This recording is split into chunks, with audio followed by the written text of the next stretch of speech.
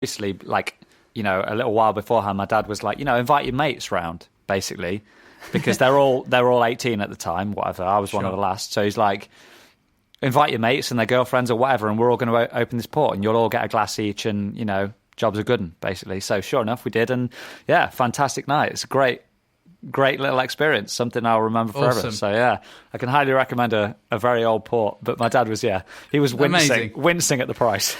Oh God, I can imagine. Jesus, yeah, that's awesome. That's a good story. I like that. Yeah, port's a good one.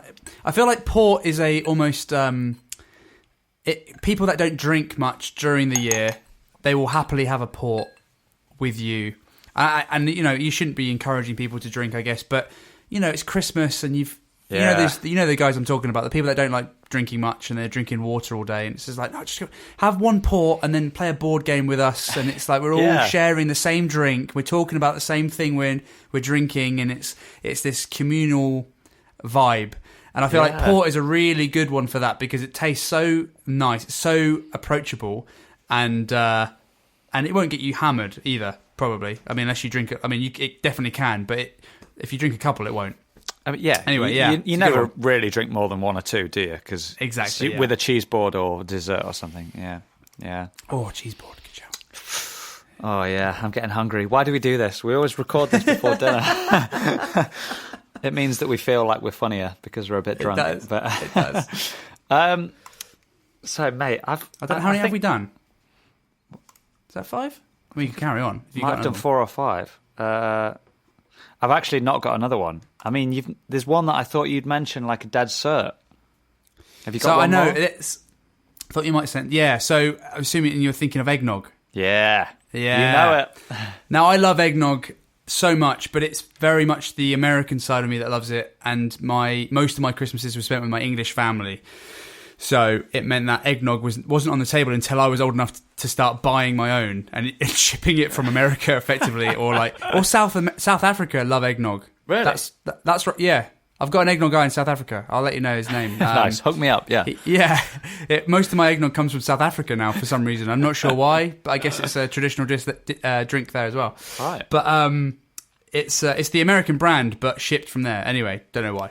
But it's so good. And talking about brandy, perfect mixer with brandy. Oh yeah. There is like fierce debate as to what is the best alcohol to go with it. A lot of Americans actually put bourbon with it, but I have tried bourbon, brandy, and I came out with brandy as my favourite. Yeah. It was just sweeter. It didn't taste as boozy, even though I've put the same amount in. It didn't taste as sort of. It when I had bourbon in it tasted like I was drinking bourbon with this sort of like sweet milky thing. Whereas when I had brandy with it, it sort of melded into one drink that didn't throw me off. So I would say brandy, but try them both. See what you think. Yeah, I've never tried it with bourbon. Just like you're saying, my mind immediately went, surely the sweeter Christmas cakey brandy would go better. Yeah, that's what I think. You know what? Too. Would you mind if we went straight onto pub quiz? Because I've got something that fits in tremendously with what we're talking Let's about. do it. Uh-oh. Last orders. That's like me saying, excuse me, Mr. Landlord, would you mind ringing the last orders, please? Because my friends and I have finished drinking. Would you call last orders for everybody else? Yeah, we don't want anyone else to drink after we leave. Is that okay? Yeah. Okay, cool. Okay. So to round this year off, right? Yeah. We've had a fantastic year. We've ploughed through it, and I think it's been a great success. So I thought we'd finish with a little quiz about drinks. Right? Let's do it. We're almost it's almost like a full drinks episode, right? Love it. So a few questions here. So I've already done this quiz, so I'm just going to let you be the guinea pig, right? Okay. So you're under the spotlight today, mate. Oh Jesus. So here we go. Sorry, just easy ones, few tough ones. Historically, being under the spotlight, I haven't flourished. We'll not talk about the sporting round, the BBC theme tune quiz. Theme tunes. Anyway, sorry, no. I'm feeling a little bit more confident about this one, though. Yeah. You're a few eggnogs down, so you should be all right. Yeah. So here we go. Question 1. Which ingredient do you add to a rum and coke to make a Cuba Libre? My gut is saying lime. I'm trying to think. Yeah, I've never made one myself, but I've definitely had one, I'm pretty sure. I'm going to go lime. Correct. Oh, well done. Okay, thank God. Straight out of the blocks.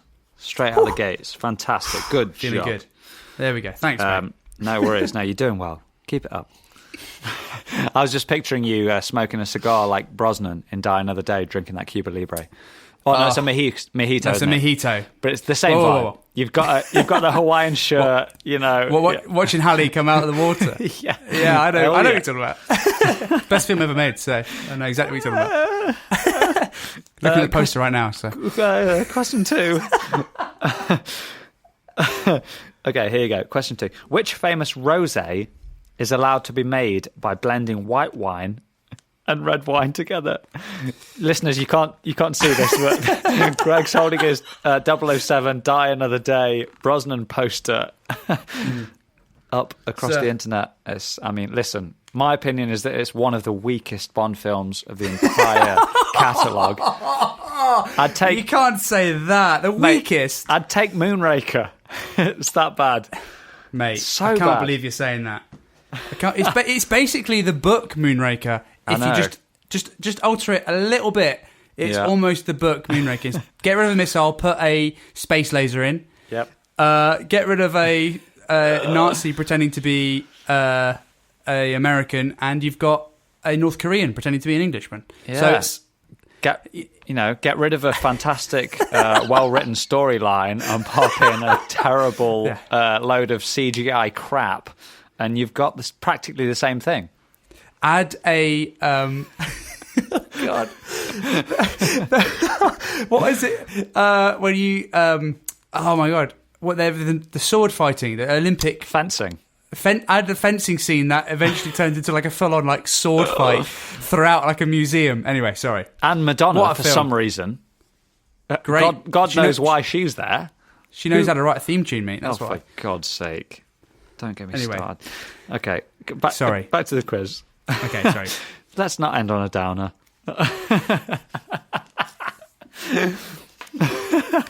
Question two. Which famous rosé is allowed to be made by blending white wine and red wine together? It's the classic Michael McIntyre joke, isn't it? Just mixing together. Wine is going to be my big downfall here. I do not know the answer to this whatsoever. Should I know this? Is this something I should know? The answer is champagne. Oh, my God.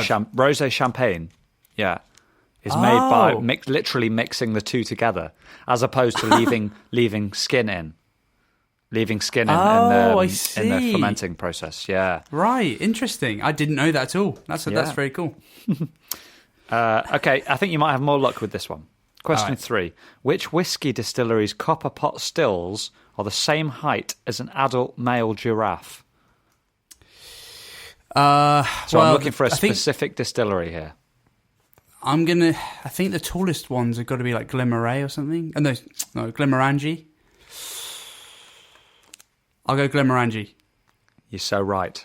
Oh, yeah, they're tall. Mothers. Well done.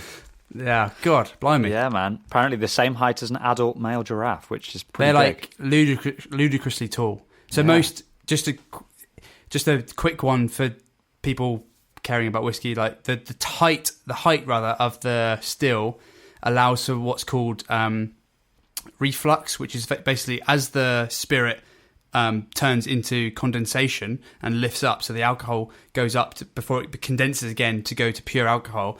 It then turns back into water and falls down. So it turns into a steam, a gas, and then it becomes liquid again and drops down. And the more it does that, the purer the spirit is, effectively. So the height of the still means there's more reflux, so that happens more, so you get a much purer spirit at the end of it. Some people don't want that. Some people really want a lot of character from the mash to go through, so they have a really short still. Right. Glenmorangie like to have the really tall one, so that it has a lot of reflux in it, effectively. Amazing. Great. Yeah. Greg's tidbit for today. That's there we fantastic. Yeah. That's awesome. Yeah, because I've always thought Glenmorangie is often one that you you might start out on, and I guess because it's so sort of smooth and clean, and pure, like it's quite easy going for beginners. Awesome, that's good to know. I didn't know that. So, here we go. You should get this as well. This is like two of our most favourite things in the world. Okay. Question 4. For which of his James Bond books did Ian Fleming create the Vesper Martini? That's Casino Royale. You know it. You know it, baby. Casino Royale. God, the problem when you do that, you go, "Oh, you're going to get this one." I'm like, "Oh God, Greg, get this one. Get it. Don't get this wrong." Well, like the Formula One theme that you didn't get. Yeah. Everyone in their right mind knows that.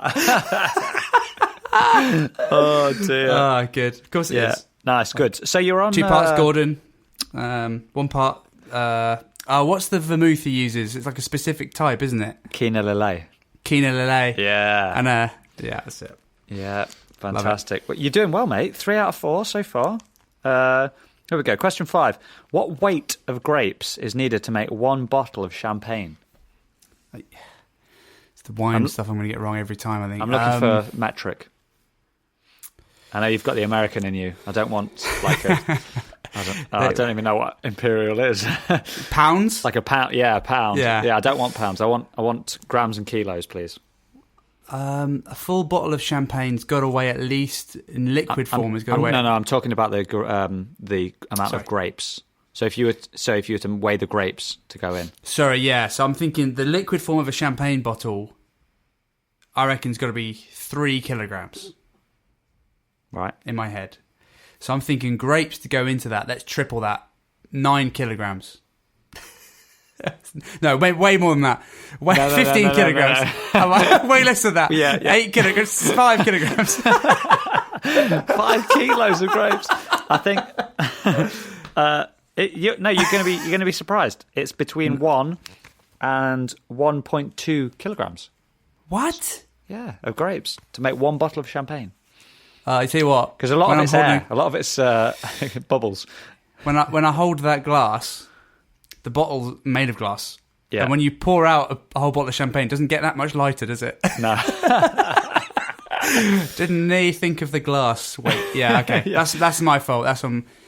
But God, only 1 kilogram of grapes to make a full bottle of champagne. Yeah, it's nuts, isn't it? I think when somebody else asked me these questions beforehand, and I said 3. I thought it'd be at least 3 kilograms. God. But yeah, it's less than half that. Blimey. Yeah, interesting. Question 6. Let me find one that you might know. Here we go. Where is London dry gin made? Think about it.